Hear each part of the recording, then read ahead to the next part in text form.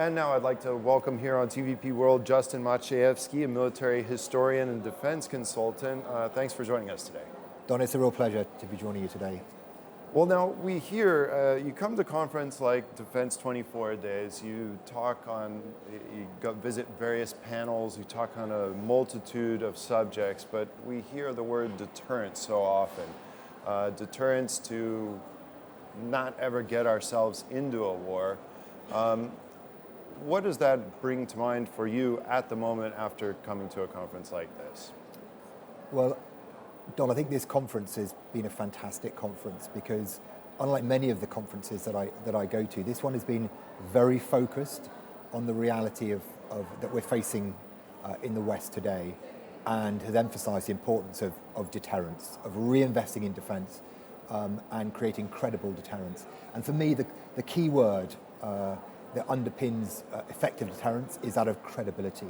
And that's real combat power, real credibility, so that people can see that we can do what we say we can do.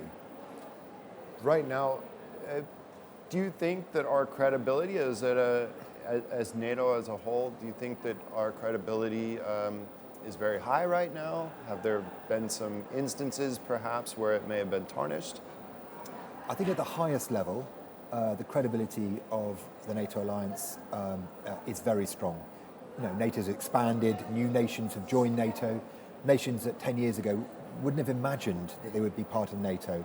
But now, Finland and Sweden are absolute core members of the alliance. So if you like, at the political level, the credibility of the alliance and its unity has never been stronger.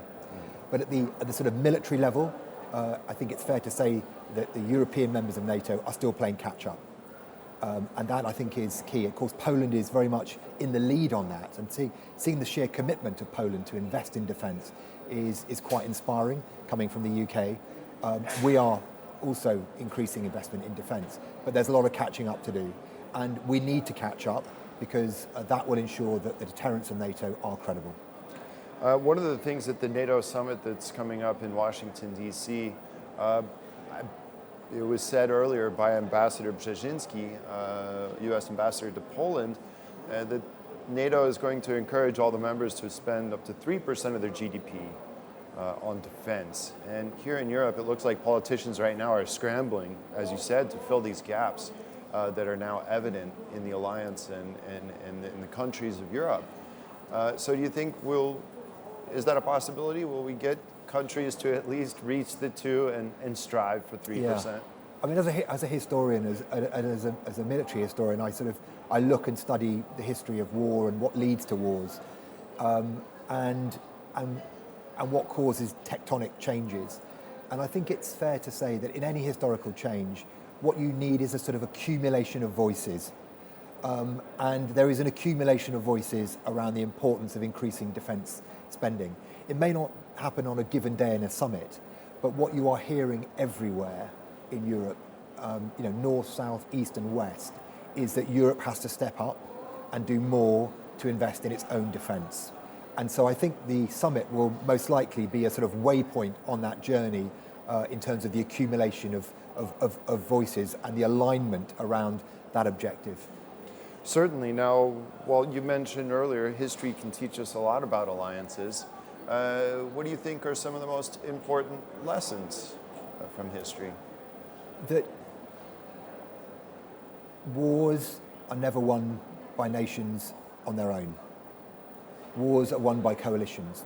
If I look at British history, for example, British success over 300 years in Europe militarily has been because the UK historically has been very good at building coalitions. If we look at the relationship between Poland and the UK today, with the support, bilateral support that's been given to Ukraine, again, you see the power of coalitions. 80 years ago today, the Second Polish Corps was about to cross the line of departure to retake the Abbey of Monte Cassino. That battle was in the context of a coalition, an allied coalition to defeat Nazi Germany. And so wherever we look in history, where we see success, we see coalitions. Where we see failure, we see nations trying to do things, trying to dominate and change things on their own. And so I think history's big lesson is that if we want to defend freedom, or we want to change the world, we have to do it with friends and allies. Speaking of nations that want to change the world and they want to do it on their own, that brings us to Russia. Some people say that Russia has these imperialistic ambitions that have come to light after what Vladimir Putin has described as the worst geopolitical catastrophe in the 20th century. And then we look at what Russia is doing in Ukraine. And you have some people that say, oh, that's Vladimir Putin. Vladimir Putin's pulling all the strings. But yet again, these are Russian soldiers that are signing up for less than European minimum wage to go to the front lines in Ukraine and commit war crimes. Is this just simply Vladimir Putin having a stranglehold on society, or is there a bigger problem with Russian society at large?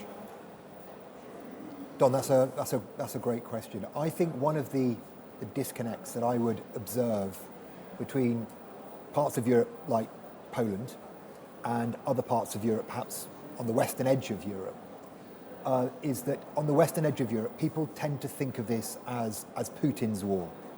They tend to look at this invasion of Ukraine and see it as a sort of extension of his personality and his dictatorship as a leader. But I think history would tell us that what we're seeing in Ukraine is a pattern of cultural behavior that emanates from Russia itself. This is not a Putin problem.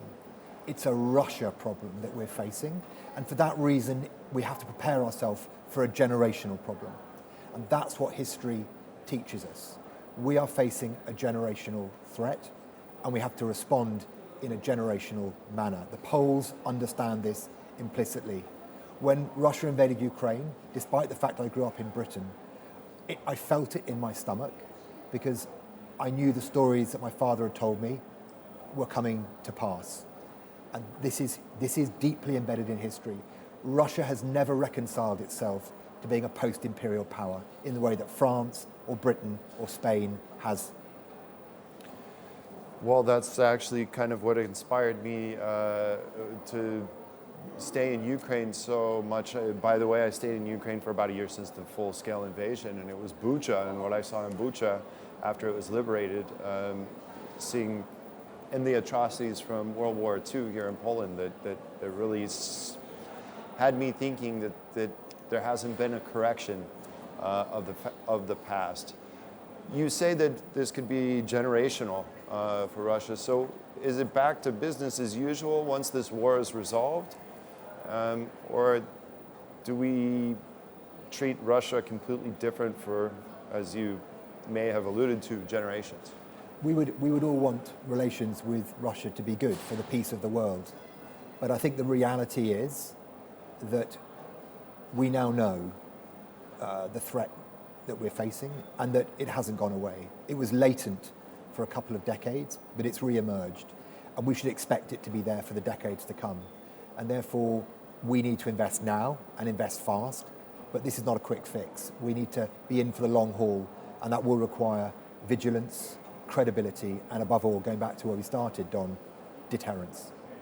Certainly. Well, my last question for you is, we look at Ukraine right now, and currently all the support that's being given by Western allies, by the United Kingdom, other NATO members, the United States, are they doing enough to make this war come to an end in the foreseeable future? Or is this war going to drag on for years and cost tens, if not hundreds of thousands of more lives? War is history teaches me that war is an incredibly complicated and complex endeavor. It is impossible to predict what will happen in a war. And the reason for that is because war becomes an existential struggle between human beings. And human beings make myriad different decisions in war. And sometimes decisions at a very low level can have a huge impact. And everyone is making different decisions all of the time. So the variabilities in war are infinite. And that makes any prediction on war very difficult to make. And so I'm not, as a historian, going to make any prediction on a war. But all I would say is that Napoleon observed that the moral is the physical as 3 is to 1. And what he meant by that was the will and the belief of a country, of an army, is 3 times more important than the physical means they have. And I think any observer of Ukraine's defense of its motherland, of its country, would tell you that they are filled with that spirit. And I think that spirit, combined with the material support that the Western world can offer, will ensure that Ukraine endures. And Ukraine's spirit will be stronger at the end of this war than it was at the beginning. And hopefully it leads to victory. Justin Maciejewski, military historian and defense consultant, thank you very much for talking to me today. Not at all, Don. It's a pleasure. Thanks.